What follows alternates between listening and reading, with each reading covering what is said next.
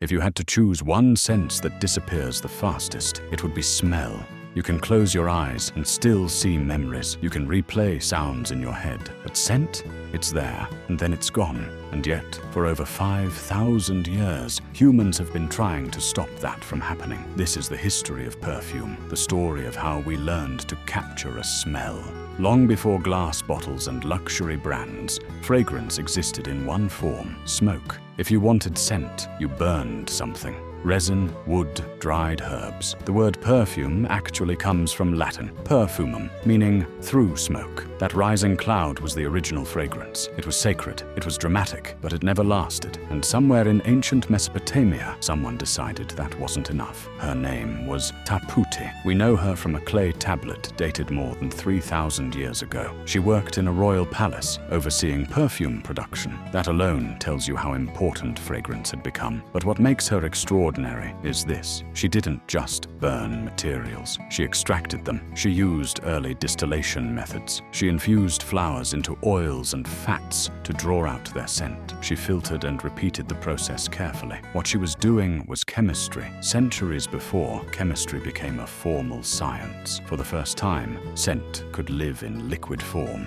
It didn't have to vanish in smoke. That was the first turning point. From Mesopotamia, perfume found a powerful home in ancient Egypt. In Egypt, fragrance wasn't cosmetic. It was spiritual. Priests were the master perfumers. They worked inside temple walls, blending resins and herbs, not just for beauty, but for ritual. Perfume was believed to purify the body, protect against illness, and prepare the soul for the afterlife. One of their most famous creations was called Kyphi. It was complex and layered. A fermented base of wine and honey. Thick resins like frankincense and myrrh added next. Then herbs. Finally, lighter spices at the end. Heavy notes first, light notes last. This structure, base, heart, top, is exactly how modern perfumes are built. Thousands of years ago, they had already discovered how scent unfolds over time on the skin. Perfume was no longer just smoke. It was design, and it became so valuable that it shaped trade routes. Ships sailed long distances for incense and resins. Entire economies revolved around fragrance. For centuries, perfumes were oil-based. They stayed close to the skin. They were intimate, personal, almost secret. Then, in medieval Europe, everything shifted. During the Black Death in the 1300s, people believed disease spread through bad air. To protect themselves, they burned herbs and carried fragrant materials everywhere. This obsession with scent led to innovation. Around 1370, a new formula appeared, a perfume made with alcohol instead of oil. It became known as Hungary Water. Alcohol changed everything. Unlike oil, alcohol evaporates quickly. As it evaporates, it lifts scent molecules into the air. Perfume was no longer just something you wore. It became something that moved. It left a trail. It filled a room. It lingered after you walked away. This was the birth of modern perfumery. Then there's the story of Grasse, a small town in France. Grasse wasn't famous for perfume at first. It was famous for leather tanning, and leather tanning smells terrible. To mask the odor, glove makers began scenting their gloves with flowers grown nearby. Eventually, scented gloves went out of fashion, but the flower fields remained. Over time, Grasse transformed into the perfume capital of Europe, not because of a grand artistic movement, but because someone needed to fix a bad smell. Perfumery became both science and art, no longer limited to what could be harvested. When you step back and look at the full history, the progression is clear. We began with smoke. We learned to extract oils. We refined them into alcohol-based formulas. We eventually created scent from pure molecules. Each stage was built on the same desire to hold on to something fleeting. And if you like the story of perfume or want to know more about such unheard stories, do subscribe to the channel.